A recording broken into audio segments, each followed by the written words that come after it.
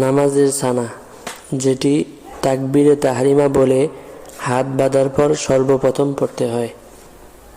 সুবহানাকাল্লাহুম্মা ওয়া বিহামদিকা ওয়া তাবারাকাসমুকা ওয়া তাআলা জাদ্দুকা ওয়া লা ইলাহা গায়রুক। মুখস্থ করার সুবিধার্থে ভাঙে ভাঙে বলে দিচ্ছি।